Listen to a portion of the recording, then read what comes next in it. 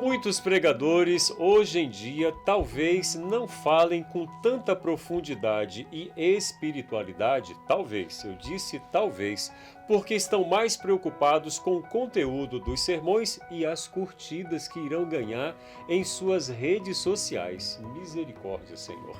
E muitas vezes com os seus sermões compridos e até bem fundamentados, viu? Dá para perceber que a sua vida espiritual é curta e desprovida de poder. Jesus foi mestre em comunicação.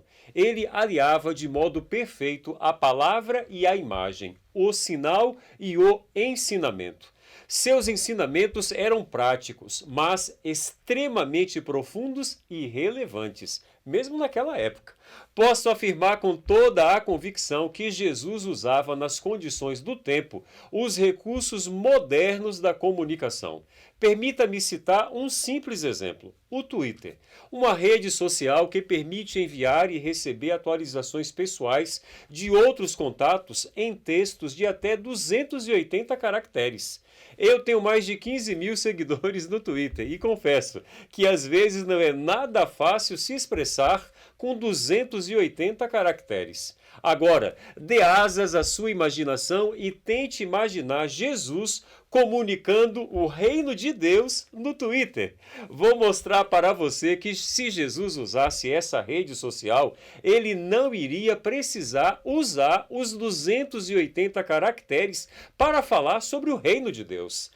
Jesus, o mestre da comunicação, ele usaria menos de 280 caracteres.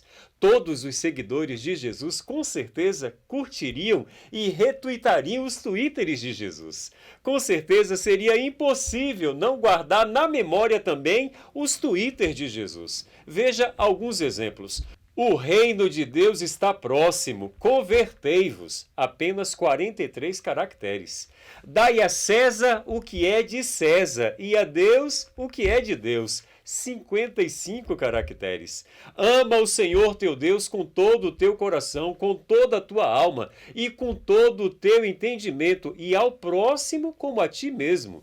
130 caracteres. O Filho do Homem veio para ser entregue às mãos dos homens, e eles o matarão. Morto, porém, 3 dias depois ressuscitará. 115 caracteres. E assim por diante. Podemos encontrar outras palavras de Jesus que, simples e diretamente, transmitem os ensinamentos do reino. Já imaginou Jesus e a TV? É mesmo, Jesus e a TV. Ele servia-se do recurso mais apreciado e atraente da TV brasileira. A cena, a narração encenada, como uma pequena novela às vezes. Jesus tinha capacidade incisiva, marcante, para despertar na imaginação dos ouvintes o significado de seu ensinamento e o modo de vivenciá-los. As parábolas, por exemplo, breve capítulos do seriado de um cristão moderno. Veja, o bom samaritano, as 10 virgens, a parábola da ovelha perdida. Eu fico aqui imaginando um seriado da parábola da ovelha perdida. E tantas outras parábolas. Nenhum aspecto do reino de Deus deixou de receber uma cena que flui em nossa imaginação. O toque de Jesus. Eu fico impressionado com o toque de Jesus. O toque corporal é hoje fundamental na comunicação e também na vivência cotidiana. Temos necessidade vital de tocar e sermos tocados. Sentir nossa dimensão corporal se comunicando com outras pessoas. O ministério de Jesus foi basicamente constituído por toques, curas, milagres, por exemplo. Jesus toca os corpos, cura, usa a imposição das mãos, a saliva. Ele usa o toque para tocar no leproso. Ele toca e deixa-se tocar. E a novidade do reino, ele toca o que ninguém gostaria e queria tocar, porque eram impuros, pecadores. Especialmente o Evangelho de Marcos traz a riqueza da dimensão corporal da vida de Jesus. Podemos citar entre tantos toques os 10 leprosos, o filho da viúva de Naim, a mulher pecadora, o menino epilético e o cego de Jericó. Quem não conhece a história do cego de Jericó? Veja, o dicionário Aurélio registra 435 mil verbetes e 510 mil palavras. Os jovens brasileiros atuais, com suas palavras resumidas e expressões, utilizam entre 800 e 1.000 palavras para se comunicar. A mente e a comunicação dos jovens são feitas de sinais e imagens e um pouco de raciocínio. Afirmo isso porque sou pai de 4 meninos e o mais velho é um adolescente. Eu tenho uma adolescente em minha casa. Dando asas ainda à minha imaginação, fico imaginando como seria as postagens de Jesus nos stories do Instagram. Com certeza teriam milhares de visualizações e curtidas. Mudaram-se os ambientes onde se comunica. Antigamente se usava a TV, o rádio. Hoje nós utilizamos o computador, o celular ou smartphones e as redes sociais. Este novo modelo de comunicação trouxe uma ruptura séria nos relacionamentos. A comunicação humana normal tem uma parte fundamental de ver e ser visto. O face a face, o face a face, o olhar recíproco. O outro capta o meu sentimento, contemplando a minha face, não as minhas fotos publicadas, tratadas pelos aplicativos e programas de imagens. Agora, é menor esse olhar recíproco. Se um jovem passa 9 horas diárias conectados à internet, muda sua realidade. Ele apenas recebe. Não há reciprocidade. Ele vê, mas não é visto. A nova gramática de comunicação, onde se namora, se faz até sexo virtual. Misericórdia, meu Deus. Se expõe à intimidade através do Facebook, do Instagram, do YouTube, mas não há contato físico, só há contato visual. É difícil para eles articular o pensamento. Tudo que se elabora é mutável, subjetivo e transitório. Considerando que hoje 67% da população mundial possui um aparelho celular e 57% é usuário na internet, não podemos descartar a utilização do espaço digital para comunicar as boas novas do reino do nosso Senhor e Salvador Jesus Cristo. E como fica então a comunicação do cristão nesta época de tanta modernidade? Como ser missionário no tempo em que estamos vivendo? Vamos retornar então à comunicação de Jesus, tão rica e expressa nos 4 evangelhos de Mateus, Marcos, Lucas e João. Podemos perceber que a verdade que procuramos em Jesus, ela não é transitória, não é da moda, e sim um mar infinito no qual podemos e devemos mergulhar. Jesus é a verdade.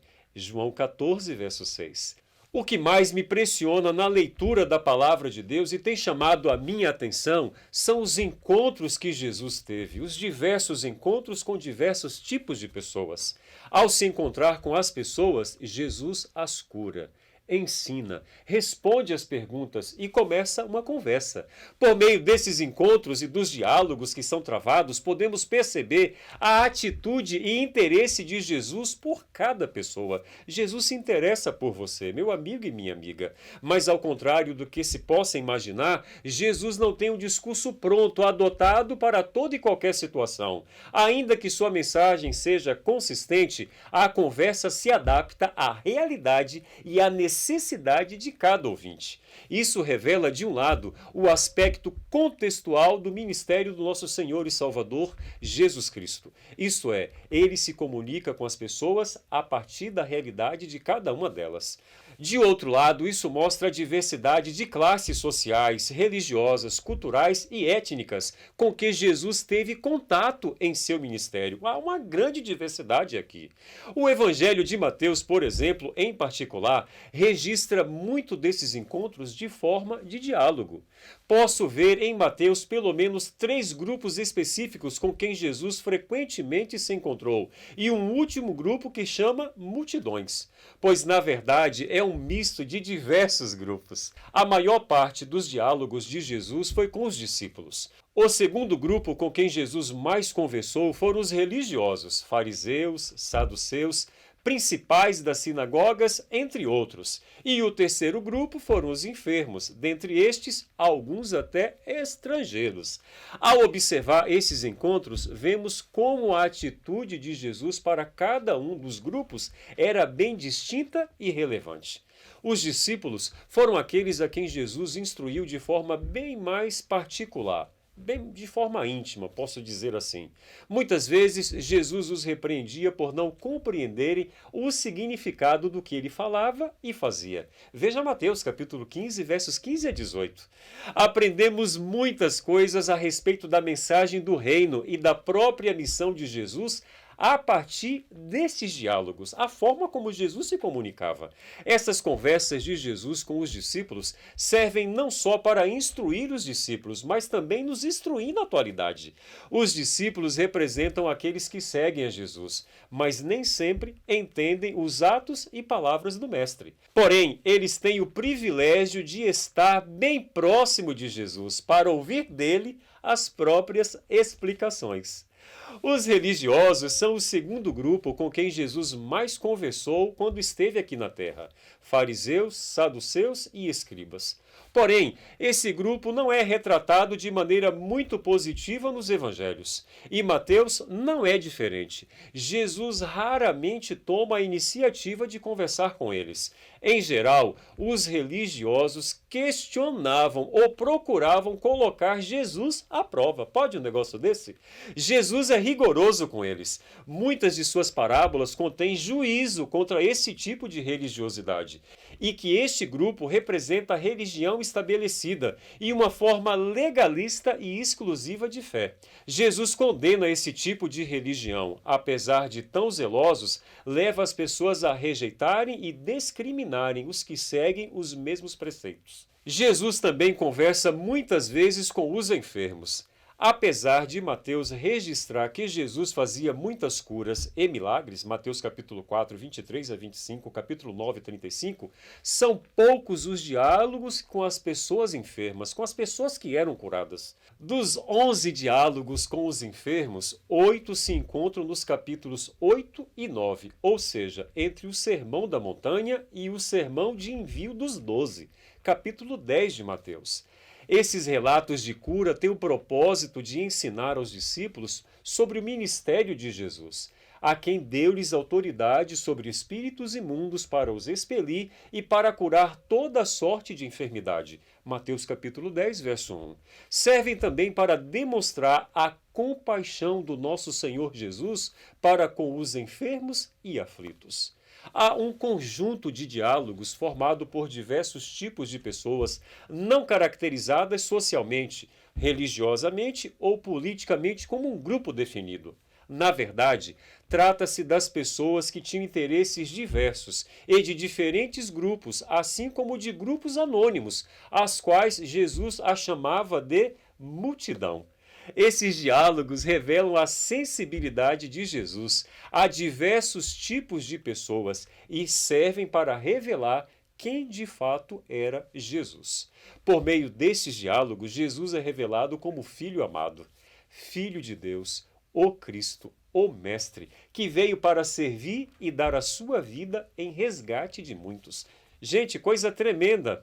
Esse modelo de comunicação deve ser seguido por mim e por você. Se eu e você pudéssemos entender essa forma de dialogar de Jesus, como Jesus usava a comunicação e a mensagem do reino e sua missão, deveríamos buscar inspiração para a ação da igreja na evangelização daqueles que ainda não conheceram o nosso Mestre. É preciso que se observe também como o próprio Jesus realizou a sua missão e como ele lidou com diversos tipos de grupos de pessoas. O chamado à evangelização e os modelos a seguir não se encontram apenas nas ordenanças objetivas de Jesus aos discípulos, mas por meio de sua vida e obra. Nelas, meu querido amigo, minha querida amiga, a igreja encontra o verdadeiro caminho para a evangelização herdada da missão de Jesus Cristo. Há pelo menos 4 lições que tiro dessa abordagem de Jesus da forma como ele cumpriu a missão dele aqui na terra. Sua pregação da boa nova do reino é, preste atenção, dialógica, Por meio dos diálogos, Jesus ensinou, revelou sua identidade, demonstrou compaixão, repreendeu, contestou práticas difusas e preparou e capacitou os discípulos.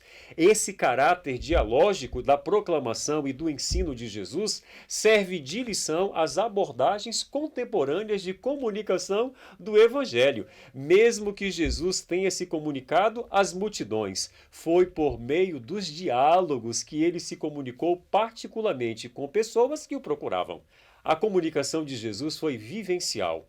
Os diálogos de Jesus se davam ao longo do caminho, na saída da sinagoga, depois de ensinar uma multidão, dentro de uma casa, na cidade, no campo, enfim, em diversas circunstâncias e momentos. Eles acontecem menos em situações formais do que informais. O ensino formal de Jesus está ligado aos discursos ou, em alguns casos, quando reunia os discípulos para instruí-los.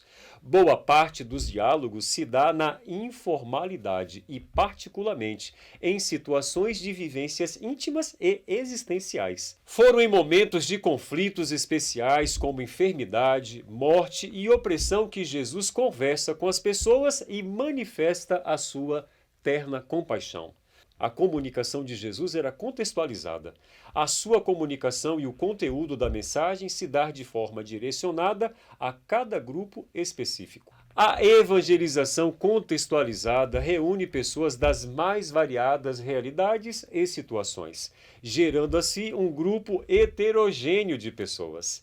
Esse sempre será o caminho mais difícil e desafiador, pois exigirá transposição de muitas barreiras. Entretanto, a começar do próprio grupo de discípulos de Jesus, percebe-se que uma marca da comunidade do Reino de Cristo é a diversidade. A comunicação de Jesus era centrada no reino. O contraste claro entre a maneira como Jesus se comunicava com os discípulos e como se comunicava com os religiosos evidencia uma nítida distinção do propósito dele. Aparentemente, Jesus não tem muita tolerância com a religião institucionalizada. Ele quase nunca se dirige a esse grupo. Pelo contrário, sempre são os religiosos que o interrompiam.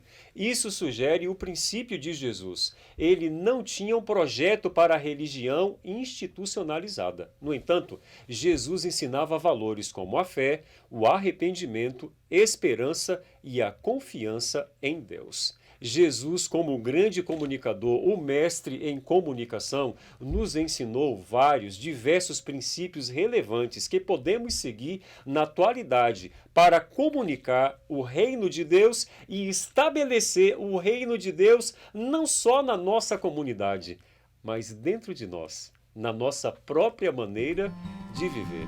Que Deus te abençoe e que você possa praticar estes ensinamentos em sua vida. Vamos orar?